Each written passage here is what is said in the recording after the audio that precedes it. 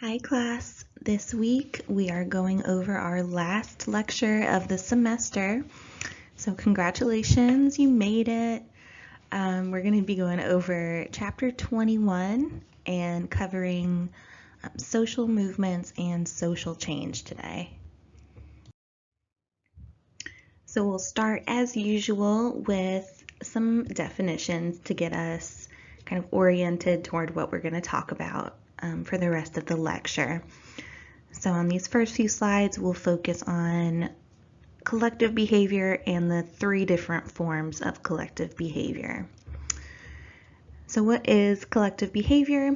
It's any non-institutionalized activity in which several or many people voluntarily engage. For example, a flash mob, a group of commuters on a train traveling home from work. Now there's three different forms of collective behavior: the crowd, the mass, and the public. And we'll go into how we define these three forms on the next few slides here. So we'll start with the crowd. So we can define a crowd as a large number of people in close proximity, so they're in the same space. So people attending a concert, people tailgating outside a football game, or people attending a church service. Now there's four different types of crowds. First, we have the casual crowd, represented by this picture up here on the top. And a casual crowd are represented by people who are at the same place at the same time, but they aren't really there to interact with one another. So a shopping mall is a great example, or the grocery store, or being in line at a grocery store. The second type of crowd is the conventional crowd. That's represented by the second picture here. And a conventional crowd are people who come together regularly or conventionally for a scheduled event. And so a Sunday morning church service is a great example to exemplify what a conventional crowd means. They come together every Sunday regularly at the same time for the scheduled event. You either go to your 11 a.m. service every Sunday. Then the third type is an expressive crowd, and that's represented by this third picture here. And an expressive crowd are people who come together to express an emotion. And funerals are a good example of an expressive crowd. You come together to kind of grieve or celebrate someone's life. And weddings are another example of an expressive crowd. People come together to express their joy at a couple who is committing their lives to each other. And our fourth type of crowd is represented by this bottom picture here, and that is an acting crowd. And an acting crowd is when people come together in order to focus on a specific goal or action, such as a protest movement or a riot.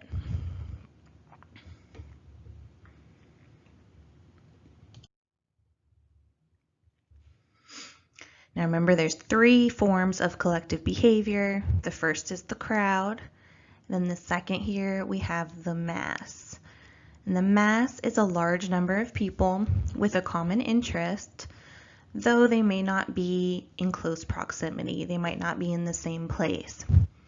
So for example, members of a mass will share interests, maybe like you could consider Fortnite players members of a mass, or players of Sims or GTA, people who play Pokemon Go, or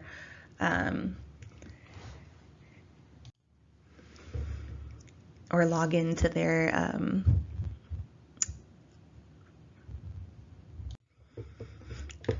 your Farmville account every day. So it's a lot of people, they have a common interest, but they might not be next to each other, and they might never even meet face to face. Then the third type of collective behavior is the public.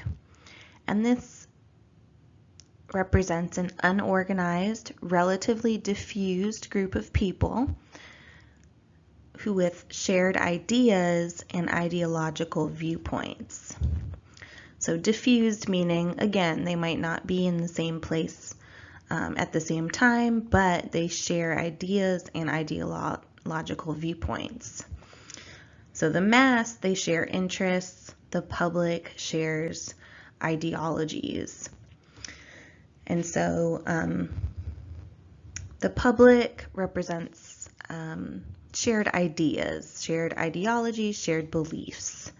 So members of a political party are a great example because, especially in our country where we generally just have two political parties to choose from, obviously everyone around the country kind of sorts themselves into whether they align more with the ideas and ideologies of Republicans or the ideas and ideologies of Democrats.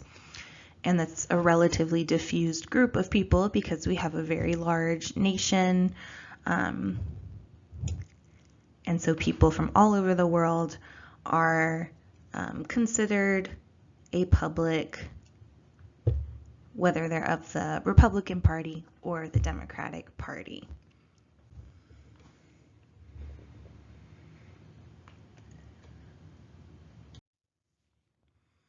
So now that we have those basic definitions covered concerning collective behavior and the crowd, the mass, and the public, I have just an introductory video on this slide. It's 3 minutes long, and it just gives a little overview of the 10 of kind of the most monumental protest movements that have changed the United States. So this video talks about the anti-tax movement, the Boston Tea Party, and the revolt against taxation without representation. Talks about the abolition movement and the push to fight against slavery, which led to the 13th Amendment eventually. Talks about the women's rights movement, which we covered in the chapter on gender, sex, and sexuality.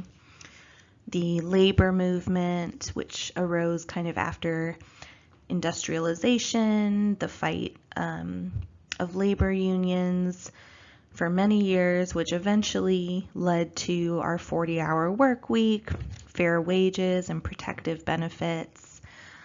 Talks about the civil rights movement, which of course today we still see alive and well in the Black Lives Matter protests. Also covers the gay rights movement, the fights against discrimination against homosexuality, and the fight for gay marriage.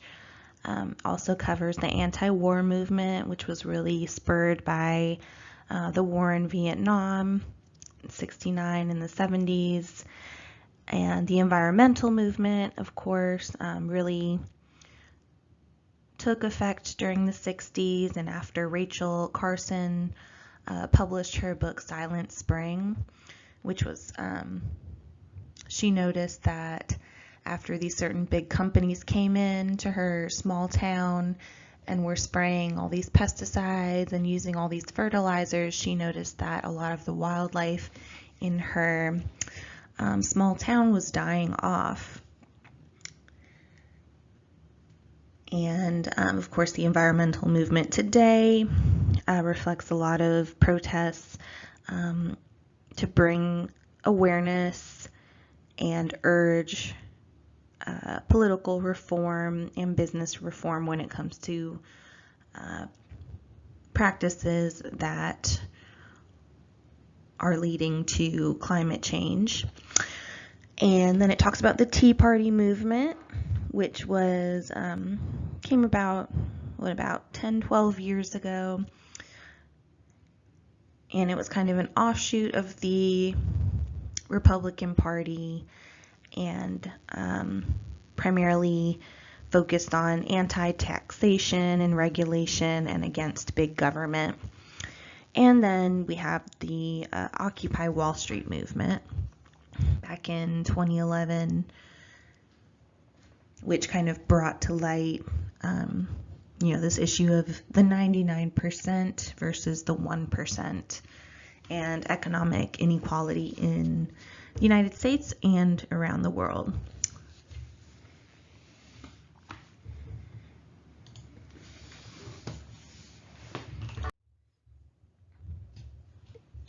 So social movements, as the last slide kind of demonstrates with that introductory video, they can cover a broad range of different interests and topics, and certain social movements appeal to certain people depending on, again, their ideas and their ideologies and their interests. So how do sociologists define social movements? They are a purposeful, organized group that strives to work toward a common social goal. So again, social movements can be pretty broad in terms of all the different movements that are kind of encompassed within this term. So social movements can promote change at the local level, such as citywide movements to reduce pollution or political corruption. Social movements can also promote change at the state level. For instance, the Texas Secede movement that advocates for the secession of Texas from the United States. Social movements can also promote change at the national level. For instance, the National Association for the Advancement of Colored People, the NAACP, whose mission is to advocate for political, educational, social, and economic equality of all rights of all persons and to eliminate race-based discrimination at the level of the United States. And social movements can also promote change at the global level, and that's represented by a lot of non-governmental organizations like Oxfam, whose goal is to reduce global poverty, or the Fair Trade movement, whose goal is to protect and support food producers in poor or peripheral countries.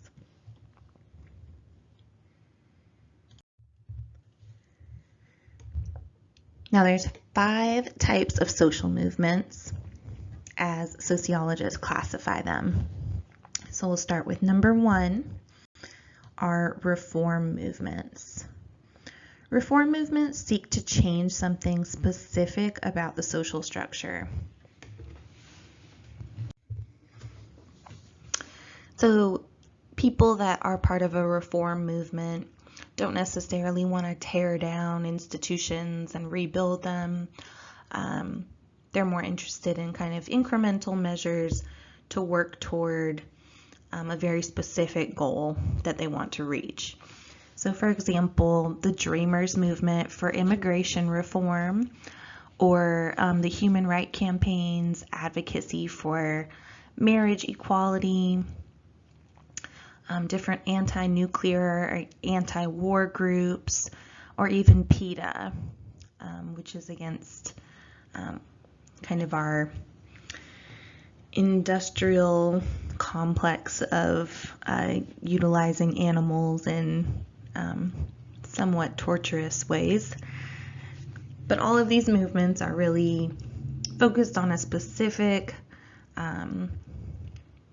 issue and also offer up very specific goals in order to achieve what they are working toward.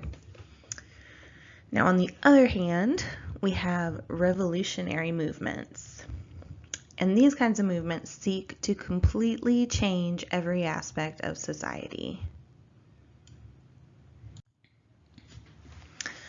So there were certainly a lot of revolutionary movements that gained traction during the 1960s with countercultural groups like the Weather Underground. The Weather Underground was a group which kind of, they were a more radical group that grew out of the SDS movement, which was more reform oriented. SDS was Students for a Democratic Society. And the Weather Underground was kind of this radical offshoot of that group. They weren't happy with these kind of incremental measures that were being made, and they kind of turned to more violent action in order to get their point across.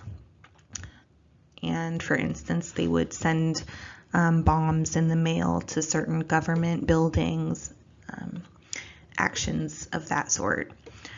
And another example would be, again, mostly in the 60s, a lot of anarchist and Marxist collectives were rising up.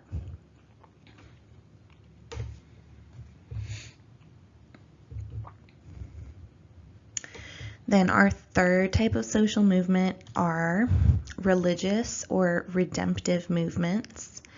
And these are defined as meaning-seeking movements that have a goal of provoking inner change or spiritual growth in individuals.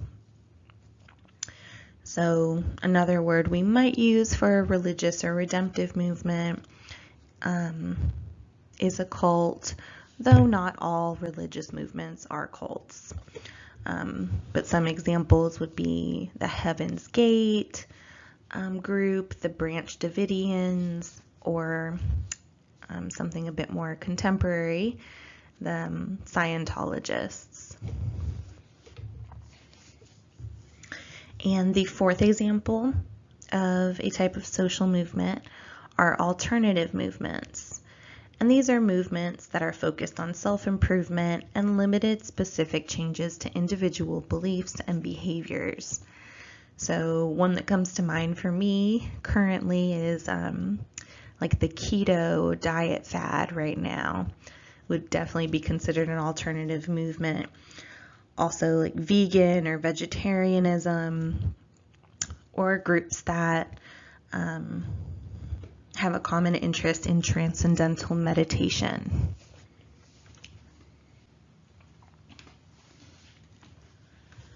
And lastly, we have the fifth type of social movement, which is a resistance movement.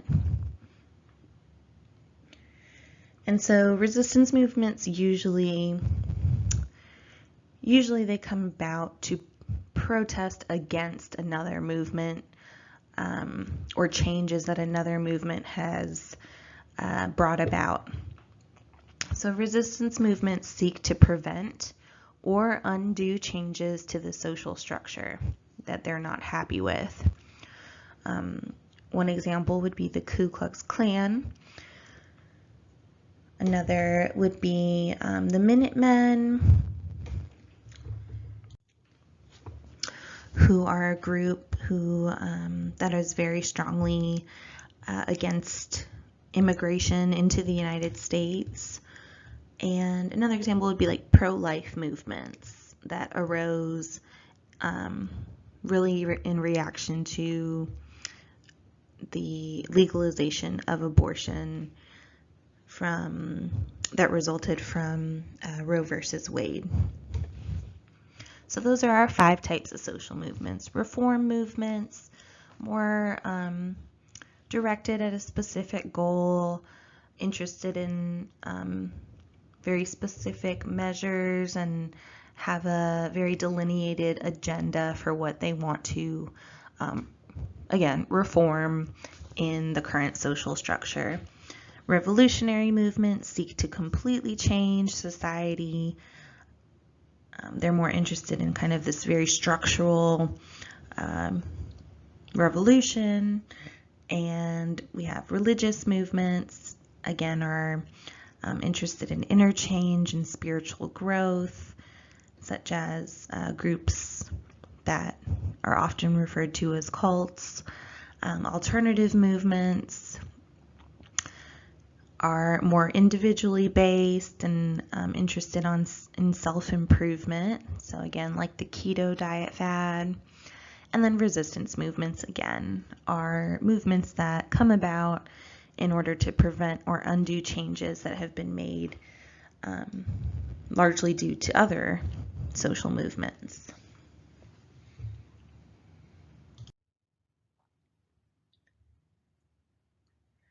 Now, it's said that social movements kind of move through a predictable 4-stage process as they kind of set themselves up, grow, achieve their goals or don't achieve their goals, and then kind of peter out. So the first stage is the preliminary stage, and this is when people become aware of an issue and leaders emerge. So for instance, to use a very recent example, the video of George Floyd and him dying while in custody of the police definitely made people aware again of a structural issue in the United States. And certain prominent African American leaders have since kind of emerged to speak on behalf of the troubles and social issues that are still occurring today. So that's an example of the preliminary stage. And the second stage is the coalescence stage. And this is when people start to join together, begin organizing in order to publicize the issue and raise a lot more awareness. So for instance, they start planning protest days, like everyone go out on June 29th and protest in your city. And then the news will begin to cover it, and it'll get a lot more publicity and maybe even inspire more people to join the movement. Then once we get past that stage, we move into the third stage, which is the institutionalization stage.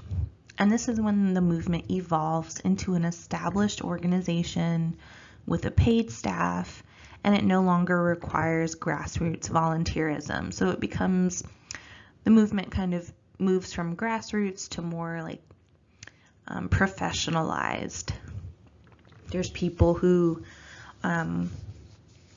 begin to get paid for their work in the movement, and people who are devoting every single one of their days to helping the movement survive and thrive.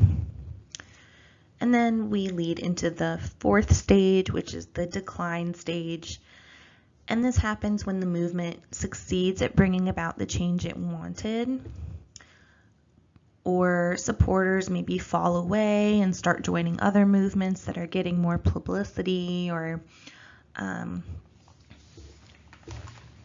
if some other big monumental event happens in society, the supporters might move to a different group or a different movement. And people can also start to lose enthusiasm for the movement if they don't see any change really happening. So that's our general kind of 4-stage process that social movements pass through.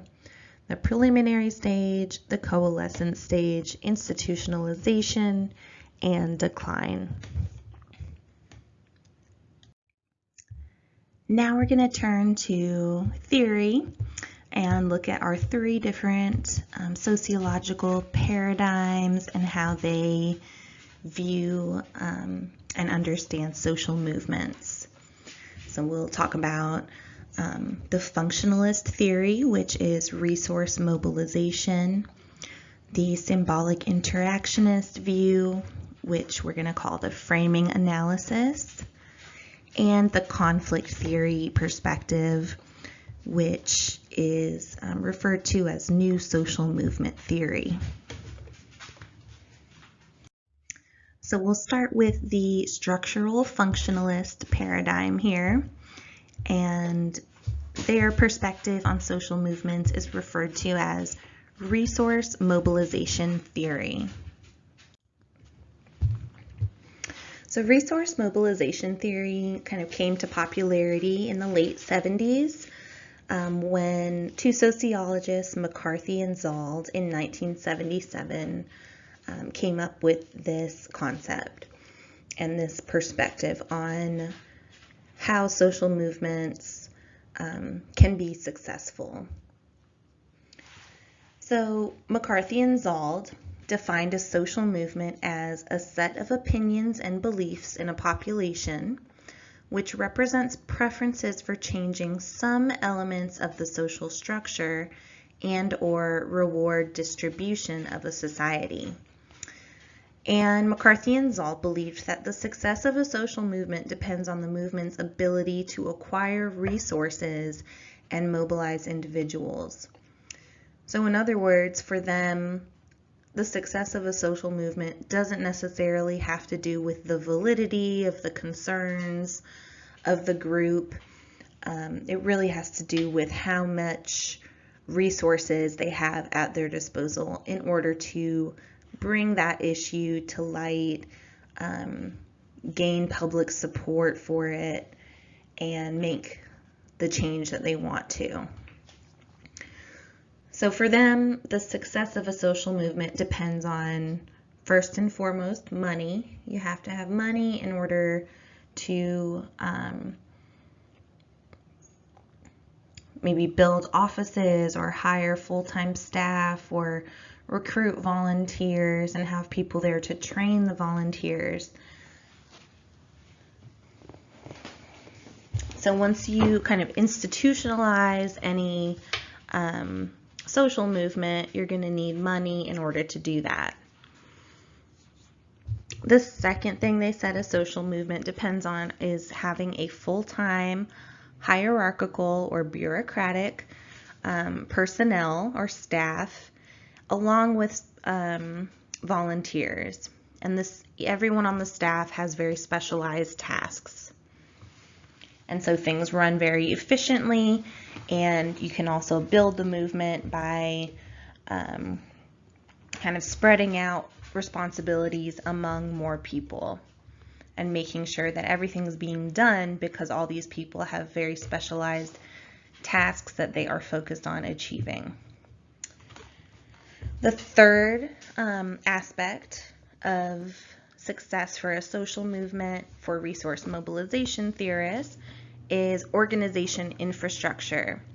So again, having workspaces, having buildings where they can meet and plan, having access to phones and computers and printers. And the fourth aspect are social networks that can be enabled to draw widespread support. So do people in the movement have connections to celebrities? Do they have connections to politicians? Do they have connections to lobbyists? So these social networks, or do they have connections to a YouTube influencer? Any way that kind of their message can be broadcast in a more broad way.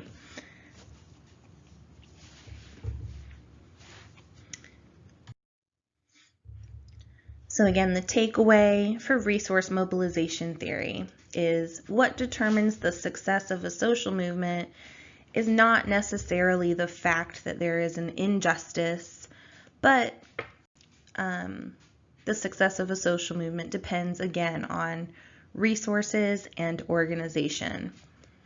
So the rise and outcome of movements are shaped by the interaction of strategies with political opportunities.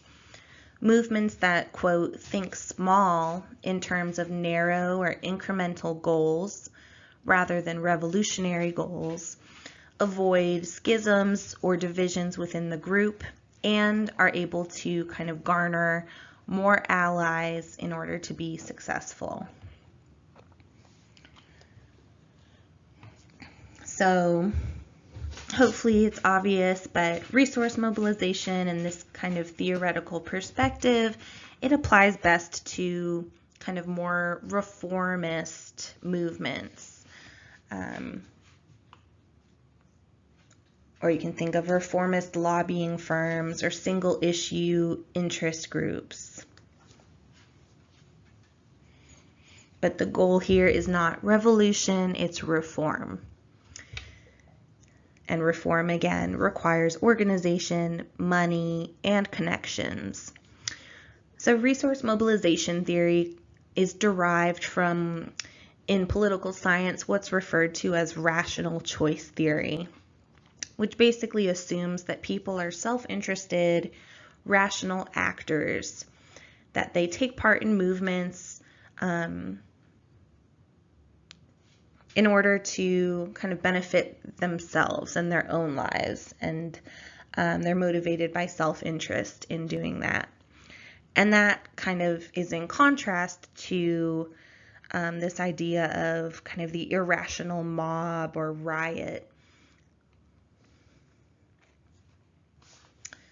So participants in a social movement, according to resource mobilization, are motivated by strategic, kind of self-centered, self-interested, and instrumental reasoning rather than emotional reactions.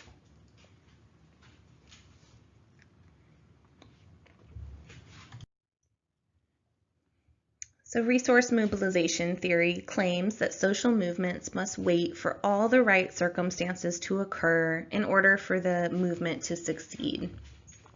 Number one, access to money and physical infrastructure are very important, but other resources such as previously established social movements, different organizations of people that can be called upon to kind of be allies for a common cause, are crucial as well.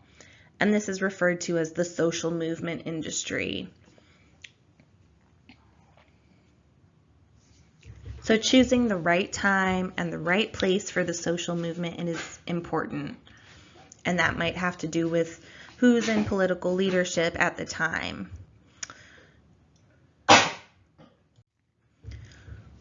Or the political opportunities for success or failure might depend on kind of where mass public sentiment is at the time, or again, who the leadership in power is at the specific time.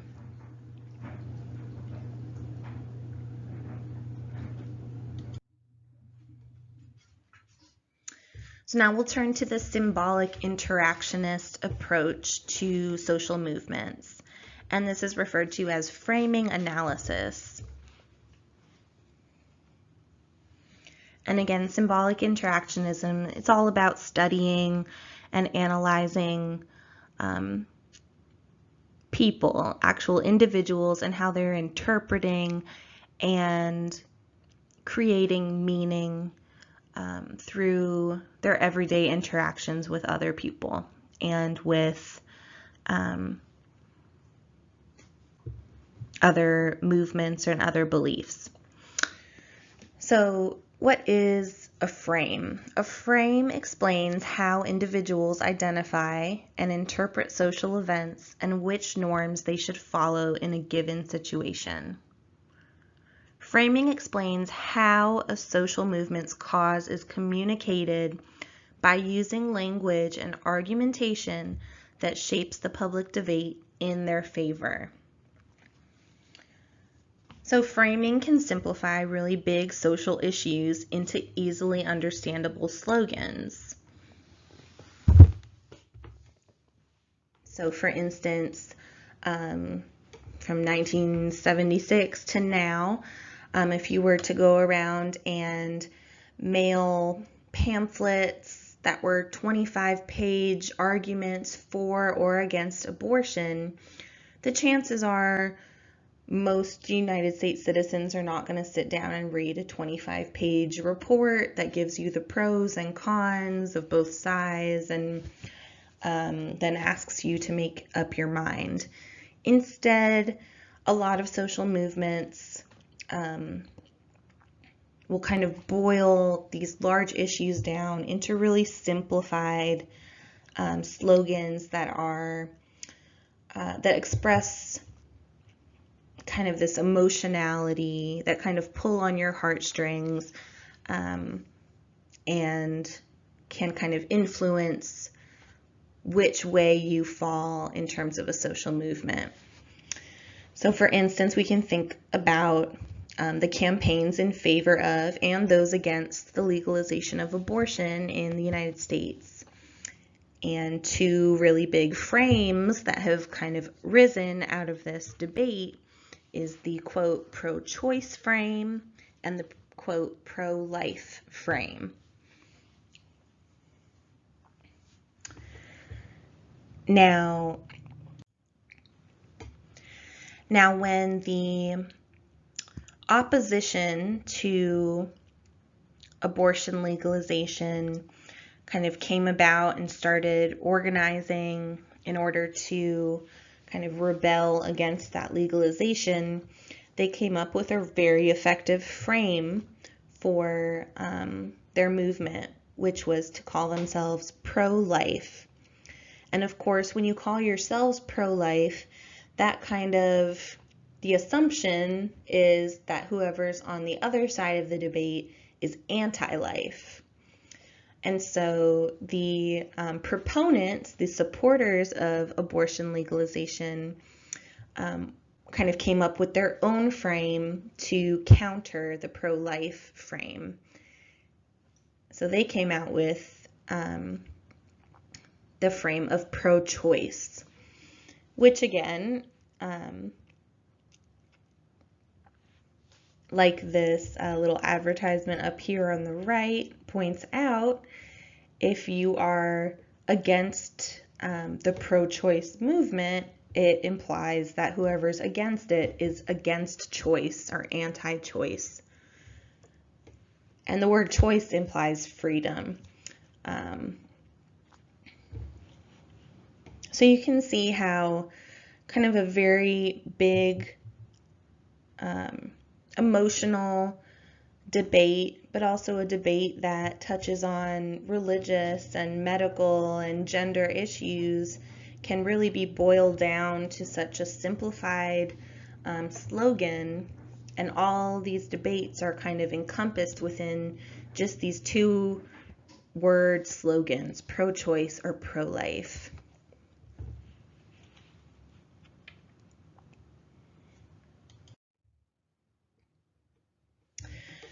So framing analysis say that there's three different types of framing that social movements utilize to achieve their goals. First is diagnostic framing. And diagnostic framing states the problem in a clear and easily understood way. It frames the issue in a way that provides for no gray areas. Everything is black and white. One way is right and the other way is wrong. And the way that we are proposing will fix the problem. So this picture on top here represents two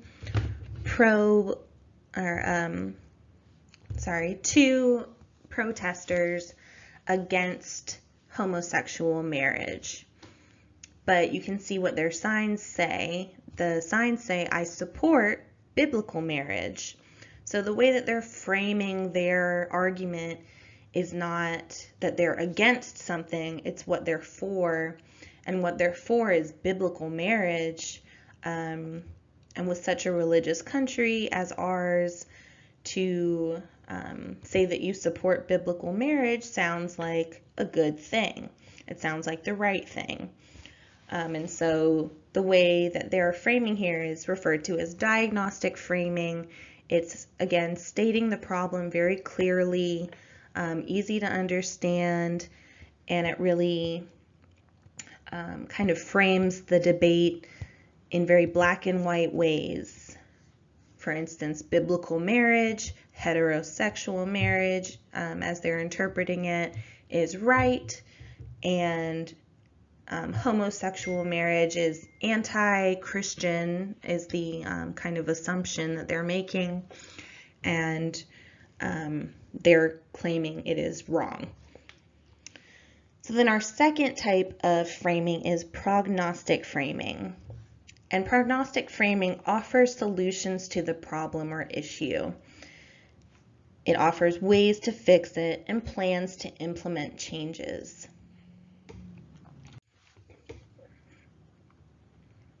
So the second picture here from a protester against homosexual marriage. Their sign says marriage, has the words man and man, woman and woman crossed out like a no smoking sign. And then a picture of a woman in a beautiful wedding dress and a man in his tux, and a large check mark next to them that says woman and man. So they're offering, this is a prognostic framing. Their solution to this problem is that women and men should be allowed to marry, and homosexual men or homosexual women should not be allowed to marry. And then we have our third type of framing, which is motivational framing. And this involves a call to action. It involves what you should do once you decide to support their movement. For instance, advocating for supporters to actually go out and vote for something, or to call their congressman to express displeasure with a certain way that the country is going. And so this picture down on the bottom is from California, and a proposition that they had on the in an election there, which was called Proposition 8. And if you voted yes on Proposition 8, you were for heterosexual marriage only, and if you voted no, you were against, or you were for homosexual marriage and heterosexual marriage. So you can see in this bottom picture, they both are holding their own signs, which contain messages of motivational framing. So the woman's holding a sign that says yes on 8 with a picture of a woman and a man and their 2 small children on it. And the man has a sign that says vote no on Prop 8. So again, the anti-gay marriage movement and these pictures here convey pretty well these 3 different types of framing: diagnostic, prognostic, and motivational. And again, the diagnostic framing would be the way the movement conveys gay marriage as wrong or sinful or against God's will. Prognostic framing would be the way the movement suggests what they find acceptable, claims that marriage must only be between a male and a female, or proposals that civil unions be acknowledged instead of gay marriage. And motivational framing is the way that the movement encourages people to go out and vote for legislation that would ban gay marriage. And of course, these protests took place largely before the Supreme Court ruled in favor of the legalization of gay marriage, but still provide a very good illustration of how social movements use framing and these 3 different types of framing.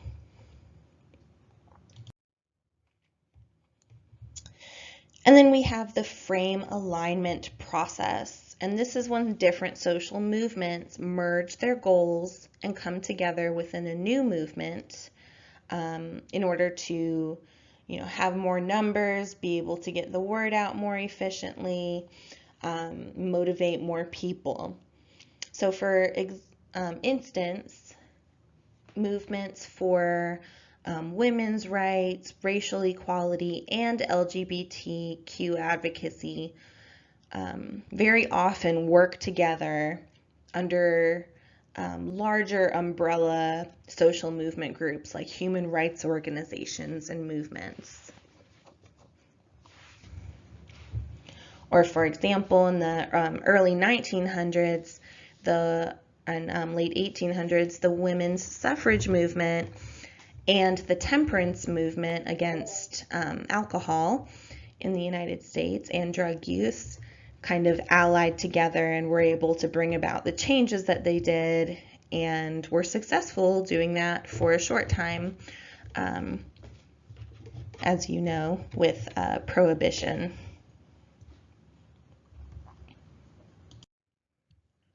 And there are 4 different kind of stages to the frame alignment process. First is bridging. Bridging connects uninvolved individuals and unorganized or ineffective groups with social movements that, though structurally unconnected, share similar interests or goals. So again, early in the 20th century, there were many instances in which the women's rights movement often worked together with members of the temperance movement to fight for common goals. For instance, the women's rights movement and the temperance movement were both motivated by kind of drunkenness of husbands and men, and abuse of wives and abuse of women, due to alcoholism. And so the 2 movements kind of were able to work together and find common interests, even though at first they had different goals in mind. Then the second aspect is amplification. And this is when organizations seek to expand their core ideas to gain a wider, more universal appeal. By expanding their ideas to include a broader range, they can mobilize a lot more people for their cause. So for instance, we have the Me Too movement that started in 2018 and still really gaining traction today. And the Me Too movement represents many different women's rights kind of interests and goals, as well as LGBTQ social movement interests. So a lot of women's groups and LGBTQ movements have worked together in order to promote this kind of larger, more broad movement of Me Too. Then we have our third aspect of frame alignment process, which is extension. And extension is when social movements agree to mutually promote each other, even when the 2 social movement organization goals don't necessarily relate to each other's goals.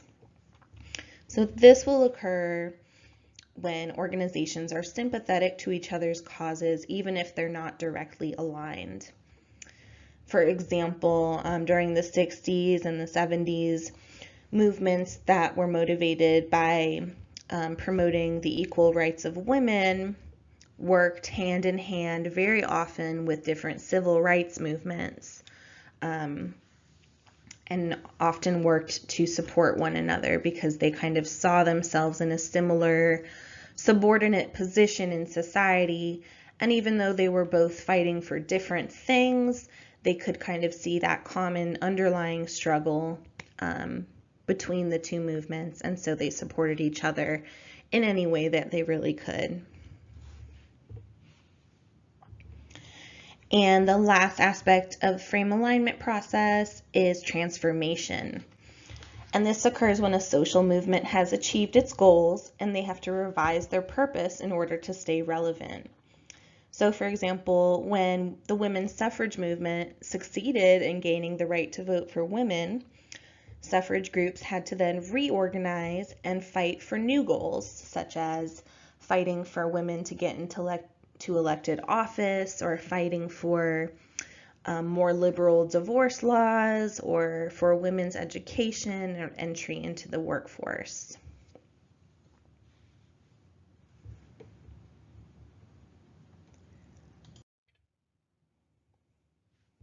And lastly, here we'll review the conflict theory paradigm, and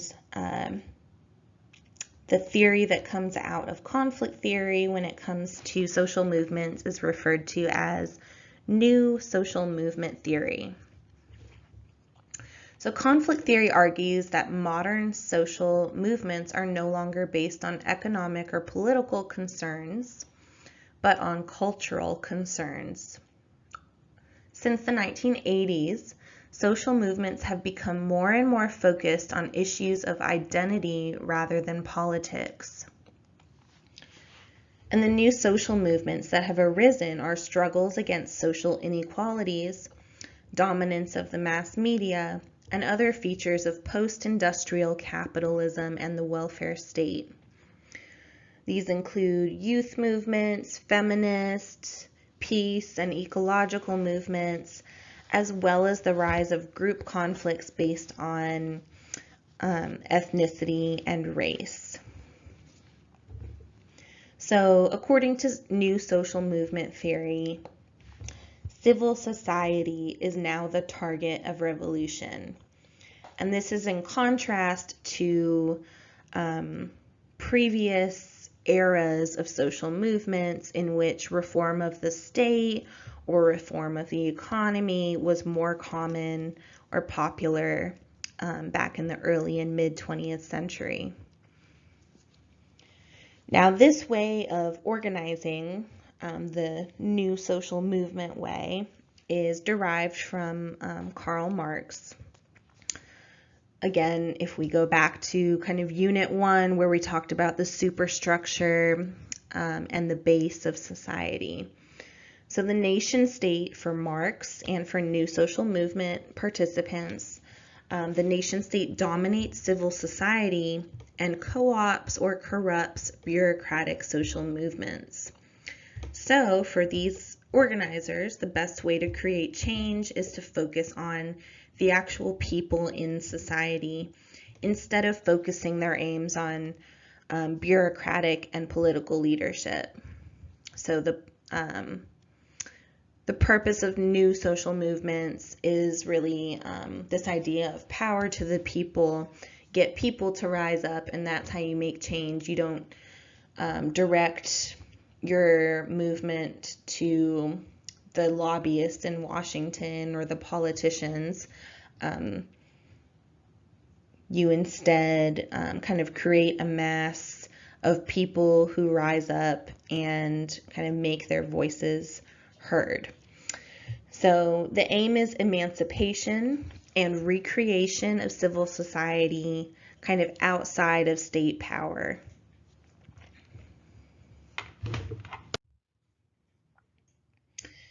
And these new social movements, they really revolve around what we refer to as a politics of identity. So the goal of most of these movements is to gain acceptance for stigmatized identities. These can be ethnic, ecological, indigenous, LGBTQ, or women's rights movements. Generally, the organization of these new social movements is very democratic and non-hierarchical. So they might not have a specific leader at the top of the chain who sets the goals for each week, or who motivates the group. The group kind of, in a way, motivates itself through communication and flexibility and kind of this, again, democratic system.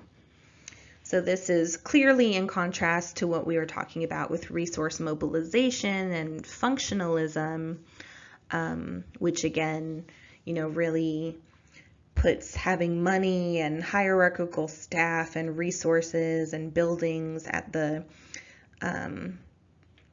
as kind of the impetus for social change through social movements. It's completely the opposite here for new social movement theory, where the organization is democratic, everyone gets a say, and not non-hierarchical. Another aspect is they employ kind of these new forms of engagement, which we refer to as direct action. And on the next 5 slides, I have videos that kind of just illustrate different forms of direct action in recent U.S. Social movement history. So we'll go over those soon. But what is direct action? Direct action is actually getting out of your house, going to a protest or going somewhere and physically doing something, blocking something with your body in order to kind of elevate and bring attention to the issue that whatever the movement is motivated by.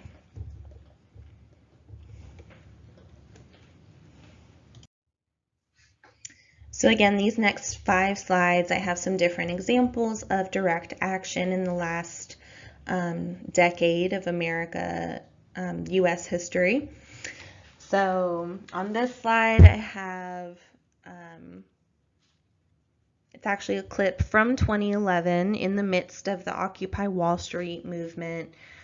This clip is 9 minutes long, and it's really just a news story from PBS News that's kind of covering the protests, particularly here in New York City, even though they were happening across the country. But in case you're not aware of this movement, it was 9 years ago.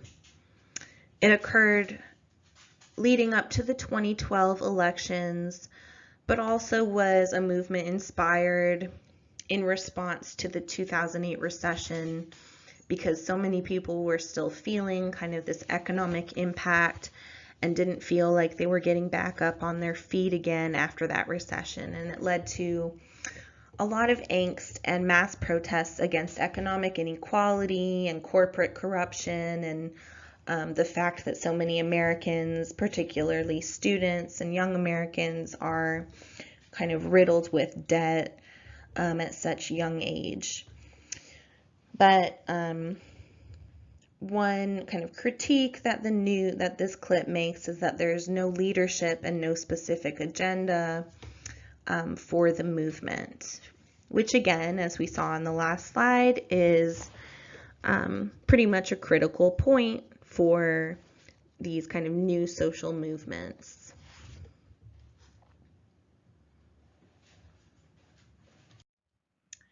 Now this second video clip that illustrates direct action has to do with a graduate student at the University of Missouri named Jonathan Butler, and he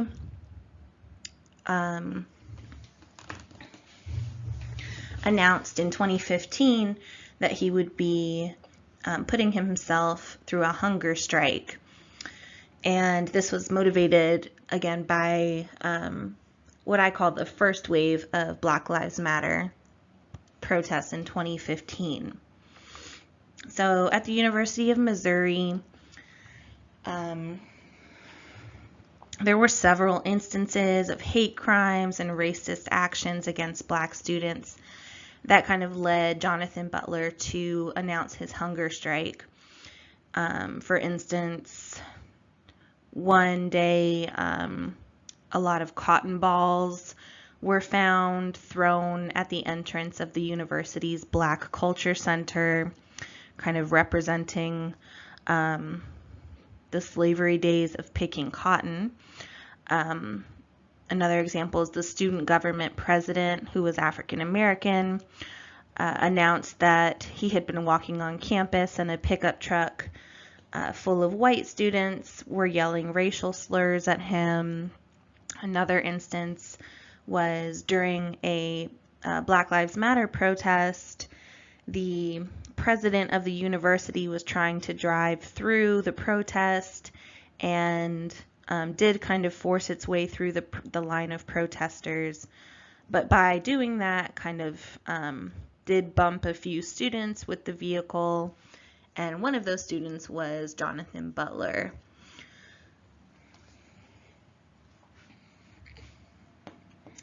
And of course, kind of underlying all of these instances just at the University of Missouri was the broader Black Lives Matter movement that was happening across the country.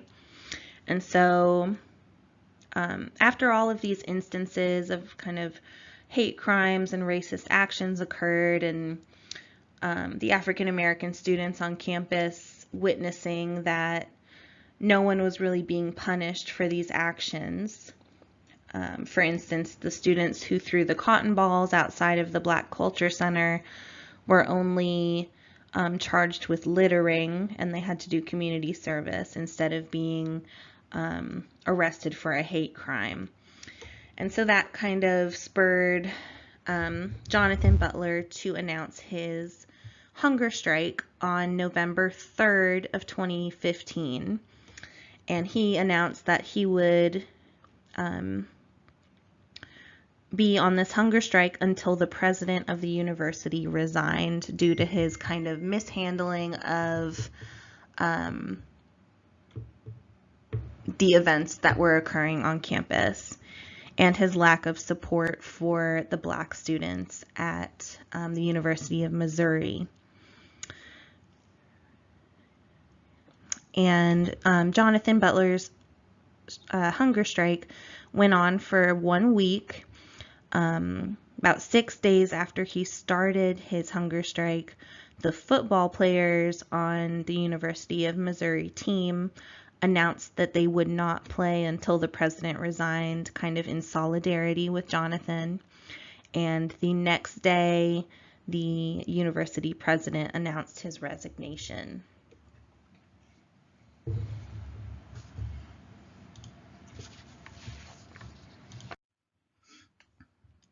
Now on this slide, I have an example of direct action that is motivated by an environmental protest group.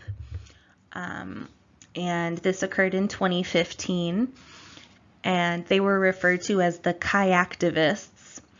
So there was this kayaktivist environmental protest to prevent oil drilling off the shore of Seattle. And there were about 100 kayaks that went out to this oil rig that was making its way toward Alaska for Arctic drilling in the for oil.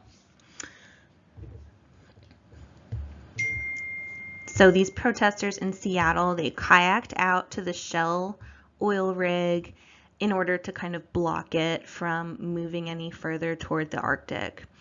And their concerns, of course, are risks of climate change, the risks of an oil spill into the kind of pristine waters of the Arctic and pollution that would follow, and also the threats to the native wildlife and the sea life that oil drilling brings with it.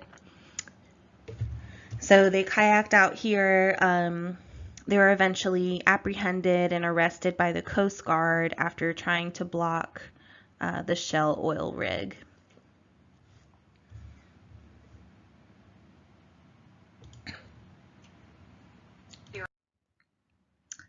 Then yet another example of direct action in recent history in the United States is the protest movement against the Dakota Access Pipeline.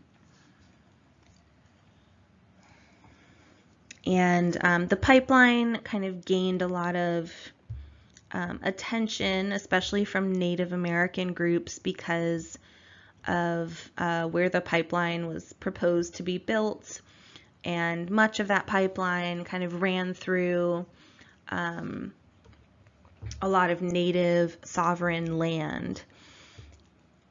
And so kind of the concern was that these pipeline will eventually bust and pollute the water on their kind of historically sovereign land.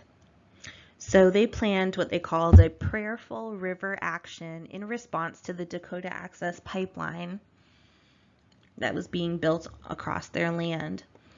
and which they didn't have any say in. Now, armed forces arrived and sprayed them with pepper spray and shot them with rubber bullets. And anyone who crossed the creek where they were protesting was arrested.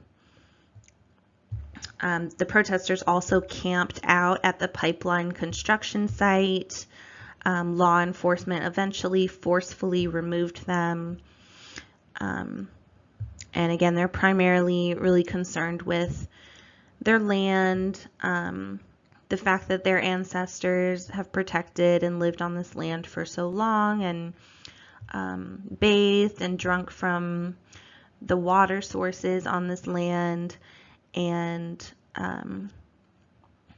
essentially they view themselves as stewards of the land, and their kind of direct action protest to kind of physically come together and get in the way of the construction site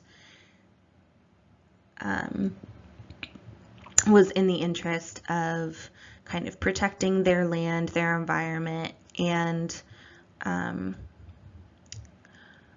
of doing what they felt their ancestors would have wanted them to do.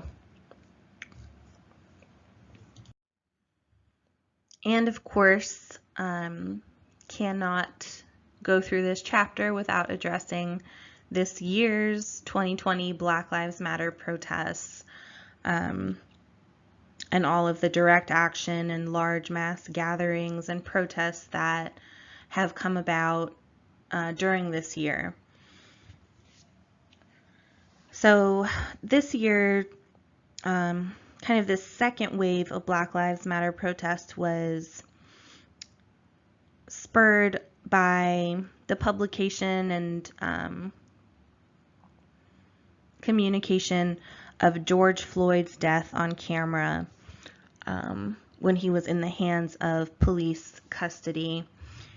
And what made this video particularly, I think, inspiring or motivational was that George Floyd, as he died on camera, was saying, I can't breathe, repeatedly. And kind of that scene was so reminiscent of the Eric Garner case back in 5-6 years ago, wherein another black man in New York was put into a chokehold position, and there was video publicized, which kind of spurred the first wave of Black Lives Matter protests, where you could hear Eric Garner repeatedly saying, I can't breathe. So of course this phrase, I can't breathe, has kind of become a mantra of the Black Lives Matter movement. And of course, Black Lives Matter really draws a lot of linkages in the movement, linkages that draw a connection between slavery, Jim Crow, black codes, mass incarceration, and police brutality of black and brown citizens.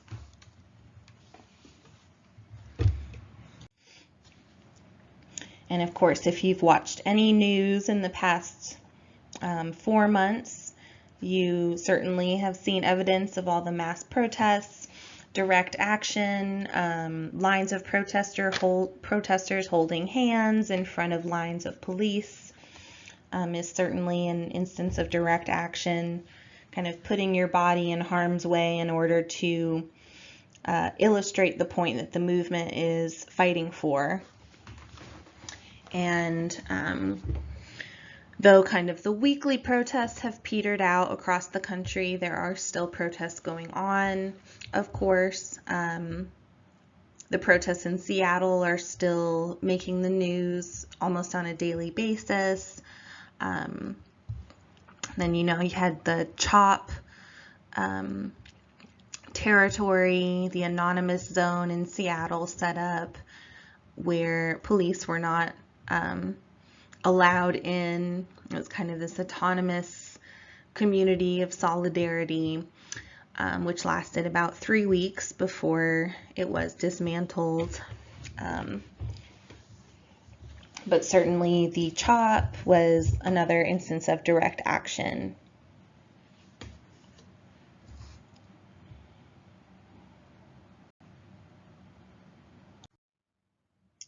So moving on from theory, let's talk about a few issues with modern day organizing and movements.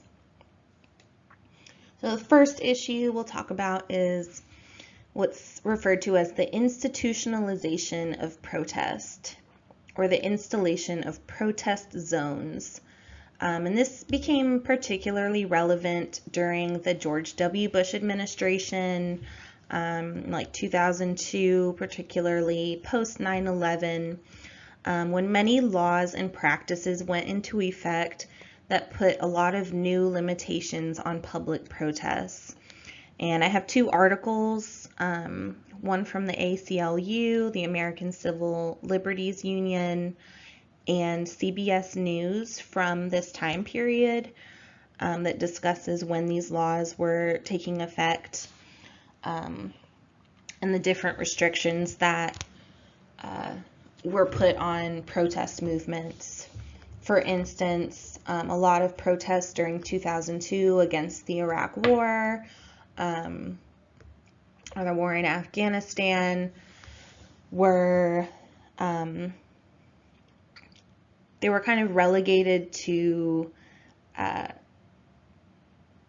areas where their protests would not be as effective. So for instance, if George W. Bush was giving a speech in a city, the police would show up if there were any protesters and tell the protesters, yes, you're welcome to protest, but you have to go 2 blocks down the road here and protest far away from the venue where the president actually is speaking. And this happened numerous times. Sometimes there would even be like cages maybe half a mile away from the event that they wanted to protest, and protesters would have to kind of stay within this barrier, this cage, this fenced-in area if they wanted to express their right to free speech. Another issue with modern organizing is the normalization of marches or fad participation. So a big kind of issue with modern social movements is what we call the problem of the day after, or election year movements. So many people will join in on a march or a protest, especially during election years when a lot of political and social issues are really salient. But that doesn't always mean that they are truly committed to making long-term change or really devoting themselves to the social cause. They might just get sucked into a social movement because it's getting so much publicity and they want to be part of it. But once the election is over, once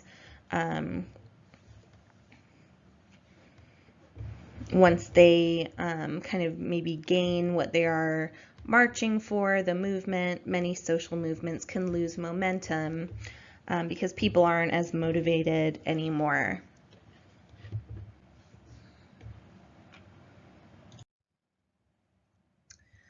Another issue, which kind of brings pros and cons, is the reliance on internet networking for social movements.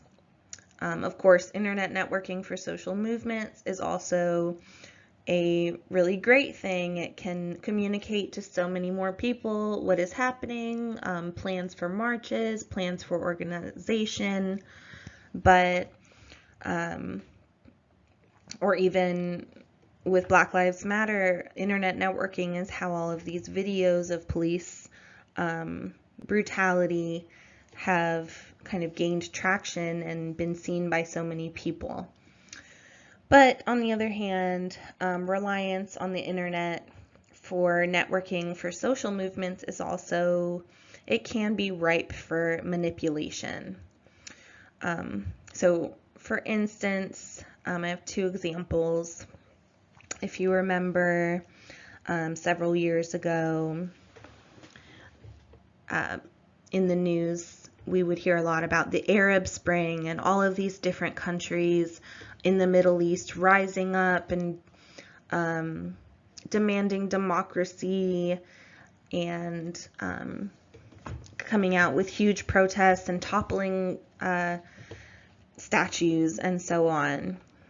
But then it came out that International Republican Institute and the International Democratic Institute, which was created by Congress in 1983 and receives $100 million every year, along with another organization called Freedom House, which is also funded by the government, funded a lot of training for Middle Eastern youths before those protests broke out. So in 2008, Egyptian youths were flown into New York for training by Facebook, Google, MTV, and the State Department in order to help them organize their, quote, grassroots protests. But the question is, were these movements really as grassroots as they were presented to us in the media if so many U.S. Wealthy and influential groups from the United States were the ones that were training these, a lot of these protest leaders from these countries? And that doesn't mean that, of course, their protest was not authentic or that they don't have legitimate concerns and issues that they were fighting against. It just means that there were other competing interests who had kind of a stake in the uprising that happened in the Middle East. Then a second example is from USAID, the United States Agency for International Development, which created and promoted a Cuban version of Twitter, which was called Zunzuneo. And they created this in order to stir unrest between 2009 and 2012 in Cuba, and to try to kind of make the citizens of Cuba angry and prompt them to protest against their government. Fake accounts were created in order to kind of motivate the Cuban people to rise up against their government, and the company itself, Zunzuneo, was funded by way of a lot of kind of offshore accounts in the Cayman Islands, which the U.S. was funding, but in order to kind of blur the fact that the U.S. had anything to do with the creation of this Cuban version of Twitter, there were a lot of kind of shady monetary practices going on behind it. But it has since come out that the U.S. Agency for International Development did plan and create and promote this Zunzuneo network, and it was shut down in 2012.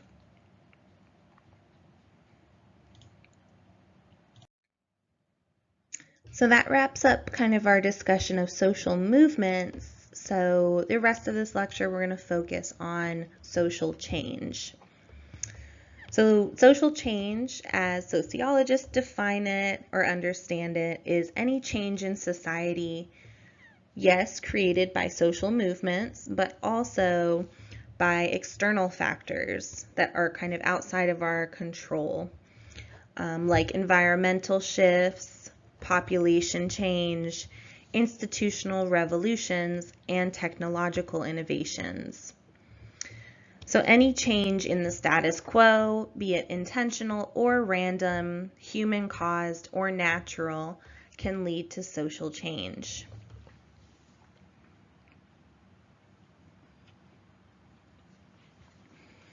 So obviously, something like a giant brush fire, an earthquake, a large hurricane can certainly bring about social change. Population growth, which we'll get to, can bring about huge changes in society. Industrialization and changes in the way we produce and consume. And of course, technology, which we've seen huge changes in our society because of technological innovations in the past 30 years. So we'll focus on each one a little bit individually. So environmental shifts can be evidenced by deforestation, the depletion of soil due to too much over-farming or monocropping, overfishing, unsustainable exploitation of natural resources, and climate change. And all these things will have ripple effects that change the way that societies function.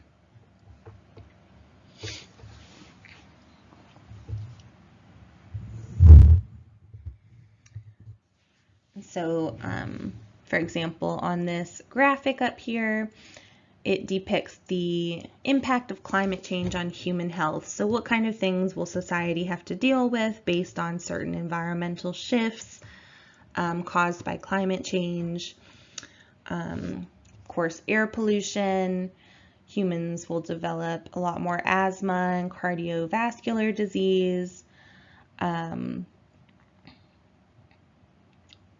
Water quality, pollution of water can lead to cholera, algae blooms, water and food supply shortages, of course, lead to malnutrition or diarrheal disease.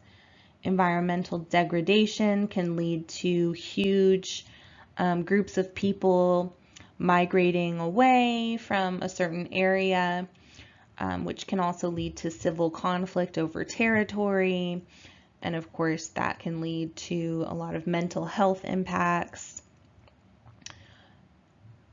Severe weather, of course, can bring about injuries, fatalities, and extreme heat can bring about, of course, heat-related illness and death and cardiovascular failure. And of course, institutional revolutions can also cause social change.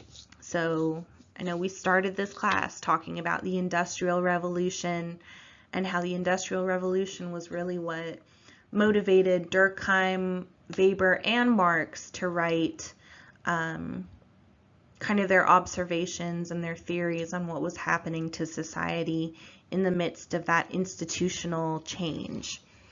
So the Industrial Revolution meant that self-sufficient extended families living in rural areas became kind of obsolete and replaced it with a nuclear family living in and around urban centers in the cities, which were located close by to the factory work, which was becoming kind of the norm.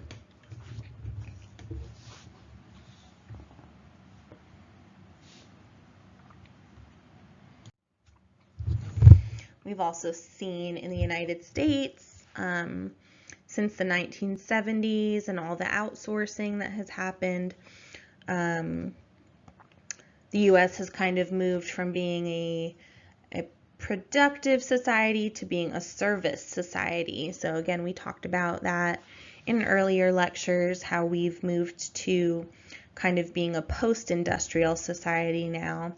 But what that means is that a lot of those high-paying factory jobs and skilled labor jobs have left, and have not really been replaced. And so the US has a lot of service occupations, which are not as highly skilled and not as highly paid either. And that has also kind of caused a lot of social change and social unrest in our society. Then, of course, population change can change the way that societies are run and interact with each other. So people and the environment affect each other. Global population growth has led to more people living closer together and in urban environments. The vast majority of human beings on this earth live close to a coast or a water source. And if we kind of bring climate change back in, a lot of climate change scientists say that the melting ice caps are going to lead to higher ocean levels. And so the majority of human beings on this earth, when those ocean levels start rising, are going to be at risk of floods and other natural disasters. And again, if we go back to our aging chapter on aging in the elderly, the global population is getting old. Labor shortages are occurring as people are retiring. There's a loss of tax income due to that. There's pressure on pension and retirement plans all around the world right now because of the baby boomer generation moving into retirement. And there's more need for elder care and increased demand for housing in warm climates.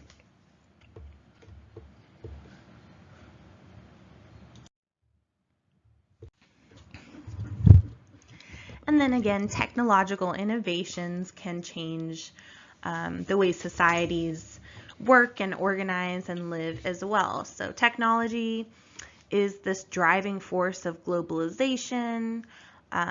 We started with horsepower and wind power to steam and rail power to the invention of the airplane and the introduction of the digital age. And all of these different inventions have had a huge impact on the way that societies function. So technological advances in communication and transportation have brought a lot more people together and of course shortened the span of time which is required for commerce to take place and for knowledge and ideas to be transferred from one individual to another. Advances in medical technology allow individuals to live longer and to have children when they otherwise wouldn't. And advances in agricultural technology have brought us genetically modified and patented food products.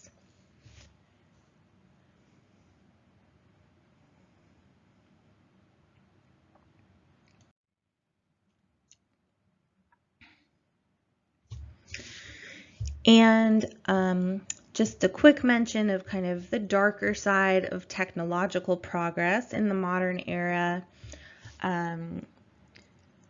There's a term that we refer to as the digital divide, and that represents the increasing gap between those nations and people that have access to a computer and the internet and those that do not. In other words, what we in the United States and the Western world refer to as the World Wide Web is not really worldwide. And again, we kind of covered that in the beginning of the lecture on global inequality. And you can see in this depiction of the globe here where the internet and computer access is most prevalent. Of course, you see most of Europe, Australia, and the United States and Canada. And then you see in like the darker browns where the internet and computers are maybe not quite as prevalent, but still quite common. So a large chunk of South America, Mexico, and Russia, and some Eastern European countries. And then you can see that China is kind of that next level, and in these like lightest tones of beige, you see the areas that have the least access to the World Wide Web. So like India, and the large majority of African countries as well, and a percentage of South American countries. So another issue with kind of our technological progress and our social change associated with it is, of course, all these concomitant kind of drawbacks to having access to this World Wide Web. And these things are all these new security risks and privacy concerns that society didn't really have to be really focused on before we all became so connected to the internet and our technologies. Also, the vulnerability created by technological dependence is another drawback. So if all of your money is digital in a bank and something happens, the bank gets hacked, and somehow all of your money disappears. So there's certain vulnerabilities that come about from our dependence also on a lot of these new technologies. But of course, that's not to say there are so many pros and positives that have come out of access to the internet as well. And how can I give a lecture on social change without mentioning this year's coronavirus pandemic? This global COVID-19 pandemic, of course, has dramatically altered our interconnected world and social norms. Enforced practices like social distancing and social isolation have limited our ability to interact with others on a day-to-day basis, and a deeply entrenched informal norm like a handshake has become taboo due to fears of spreading the virus via skin contact. Graduations and weddings have been postponed or canceled. As you know very well, school classes have gone fully online for the past, 5 months now. Many people have lost their source of income, their job, and have not been able to pay their rent and their bills. Grandparents haven't been able to play with their grandchildren, among so many other drastic changes to our social world. Of course, this requirement to wear masks has kind of taken on this huge social meaning recently, and yes, has become politicized, but I think also speaks to our culture in the United States as well, being a very independent culture. And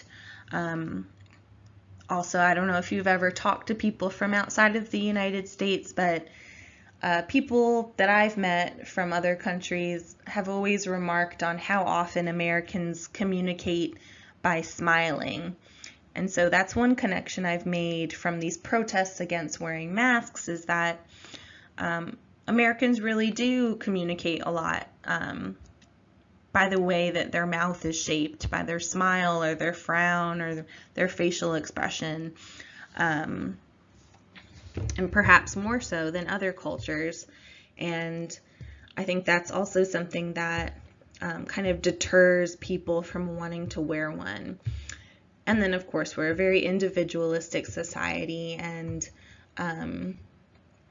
So for the majority of this pandemic, it's been pretty much up to the individual whether they wanted to wear a mask or not. And so, of course, in an individualistic society as ours is, people are going to make their own choices based on the information that they are trusting. But I kind of view, if we return back to chapter 5, where we talked about non-material culture versus material culture, and how sometimes material culture can show up, but it takes a while for the non-material culture to catch up. So, for instance, back in chapter 5, I talked about kind of when the cell phone came out, and a lot of older people were really reticent to get a cell phone. They didn't see why they needed it, but it took time, and 30 years later, a lot of older people have cell phones now. But it's the same thing with the mask. It was a completely new thing to our culture in particular. Unlike other countries like Japan and China, where they wear masks pretty regularly due to kind of the smog and the air pollution, we're not used to that in our culture in the United States, and we're not used to covering our face.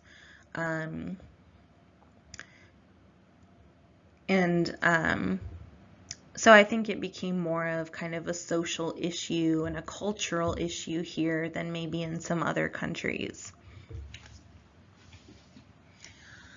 But so this kind of material culture of the face mask is upon us. When we return to school next semester, we will all be required on Columbus Tech campus to wear a face mask. And so it's really just a daily fact of life for now, as this pandemic continues, and it's just a matter of time until the non-material culture, the actual kind of beliefs and the norms associated with it, become commonplace. But these things take time, and especially